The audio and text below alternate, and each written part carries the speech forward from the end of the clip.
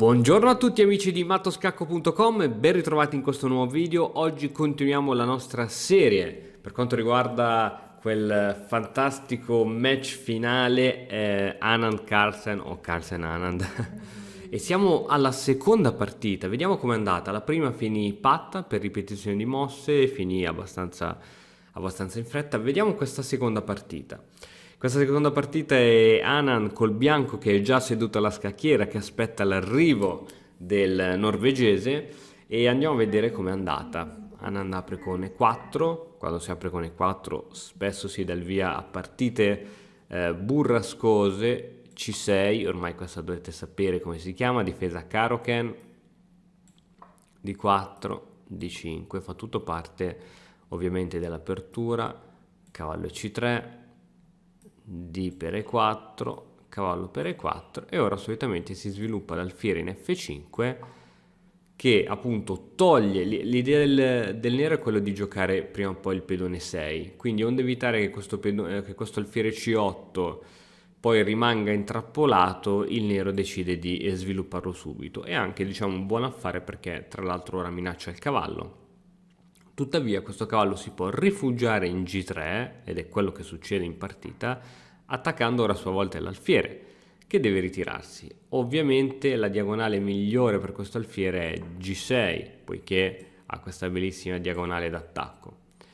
Ora però se si vuole o si gioca tranquilli con un cavallo F3 oppure si può andare subito all'attacco, alla caccia di questo alfiere tramite H4, H5, praticamente il nero perderebbe già l'alfiere immediatamente, bisogna correre ai ripari. Anche qui una delle mosse più giocate è H6, proprio per cercare di creare la via di fuga di questo alfiere e lasciarlo sempre poi su questa bellissima diagonale.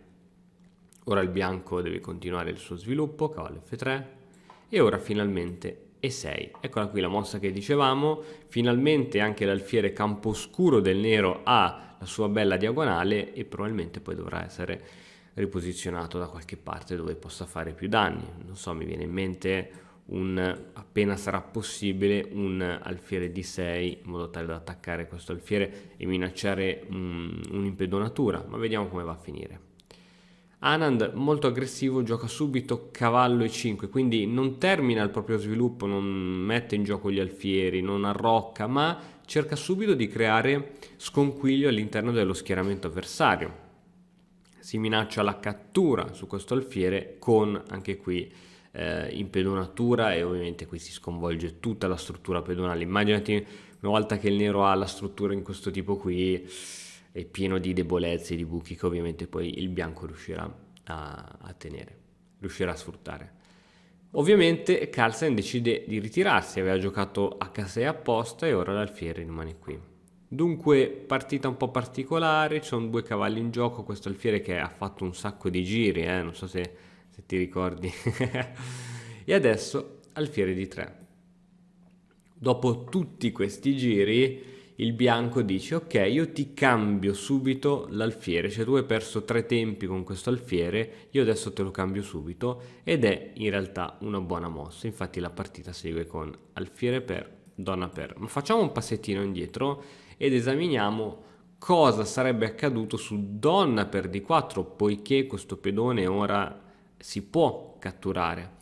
C'è questa continuazione molto forte che ovviamente i gran maestri conoscono molto bene, che è cavallo per F7. Cavallo per F7 ha due scopi. Il primo, quello di minacciare la torre. Tu dici, beh, capirai, tanto ora c'è il re che lo può catturare. Se il re cattura, ora sfruttiamo lo scacco d'alfiere e attacco su questa donna sospesa. Quindi scacco d'alfiere, il nero deve reagire in qualche modo e si perde la donna. Dunque non è possibile a quanto pare catturare questo cavallo col re, bisogna fare un'altra mossa, non so, facciamo alfiere per D3 e ora semplicemente ci catturiamo la torre. Qui il vantaggio del bianco, oddio, sicuramente il bianco ha una buona posizione, ha una torre, sicuramente adesso questo alfiere se si toglie si perde la donna.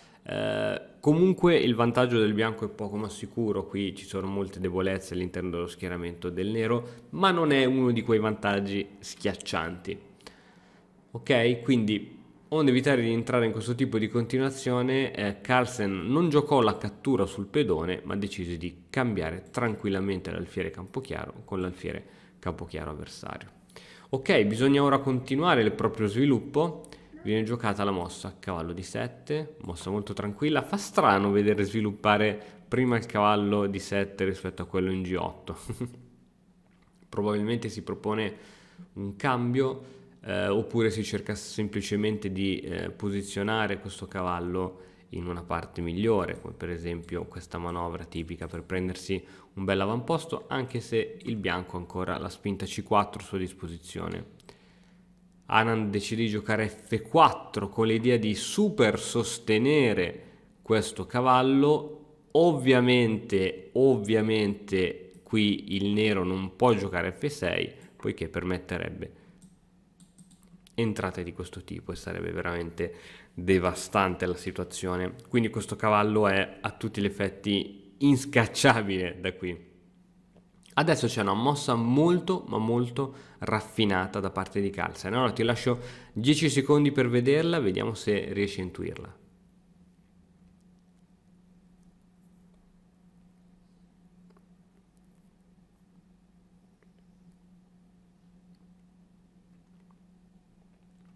E la mossa in questione è alfiere in B4. Allora, se questa mossa l'avesse giocata un principiante, noi diremmo che è semplicemente una perdita di tempo, perché adesso il bianco può pararsi con C3 e lui è costretto a ritornare a punto e a capo col proprio alfiere. In realtà questa mossa ha le sue fondamenta. Sì, è vero, ha favorito il bianco alla struttura di pedoni, ma è anche vero che, torniamo indietro, guarda questa situazione del bianco. Il bianco ovviamente non potrà arroccare corto perché ha tutta la struttura pedonale sconquassata e pieno di debolezze, quindi lo scopo del bianco adesso è togliere questo alfiere da qualche parte ed arroccare lungo.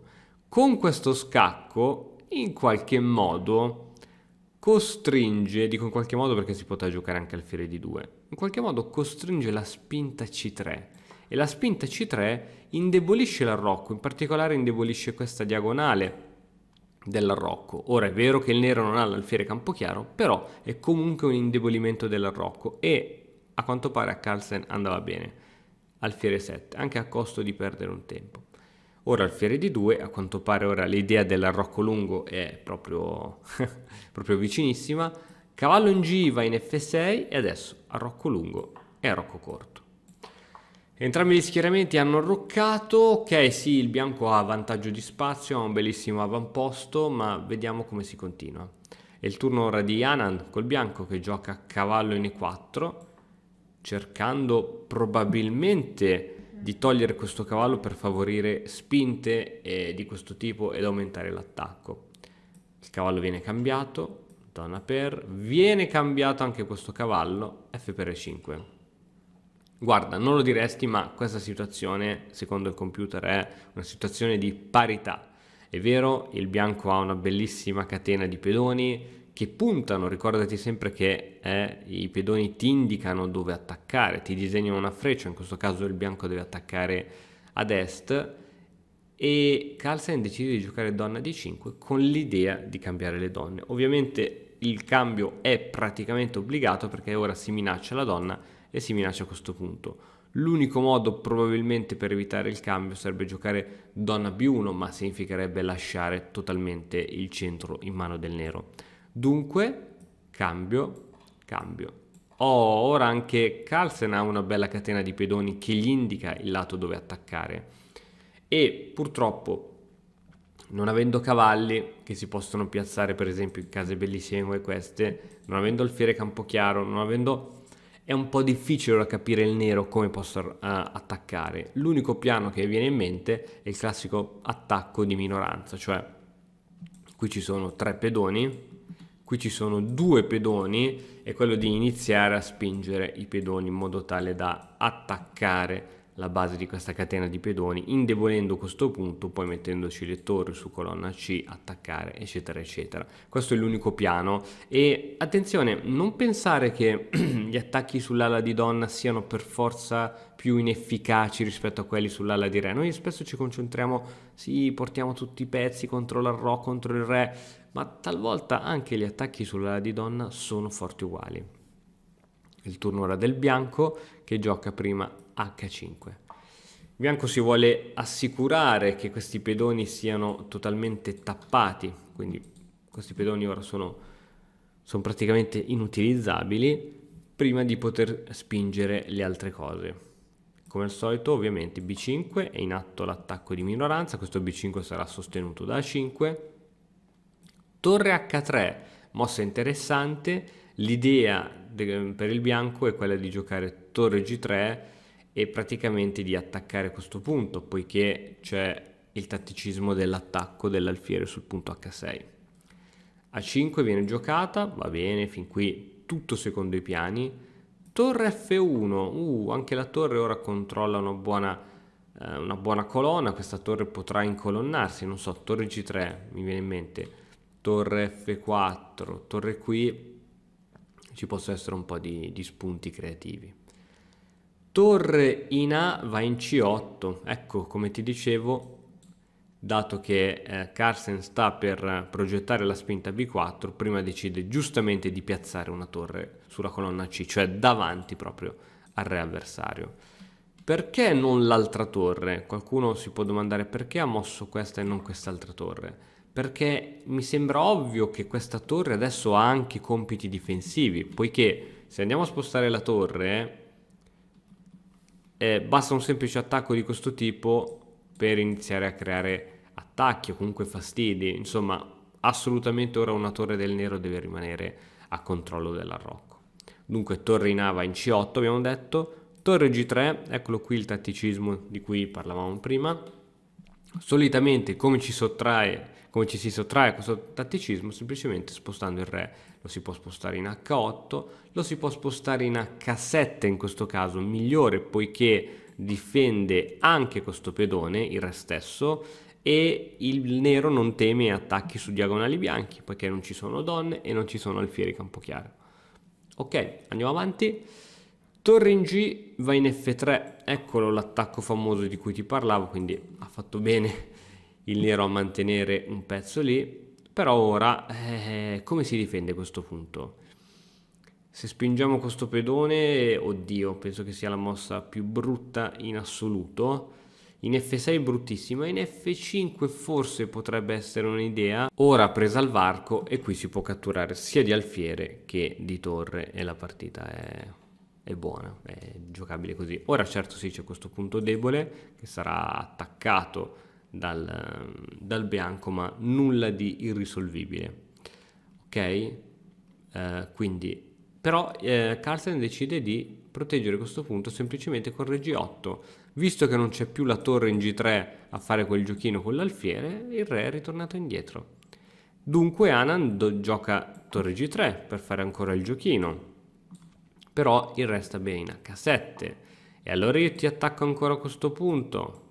E allora io torno in G8 e ancora una volta anche questo secondo gioco, questa seconda partita finì patta.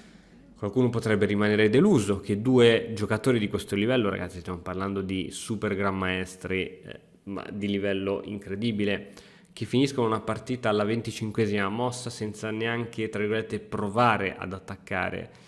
Tieni conto che gli scacchi sono un gioco altamente psicologico.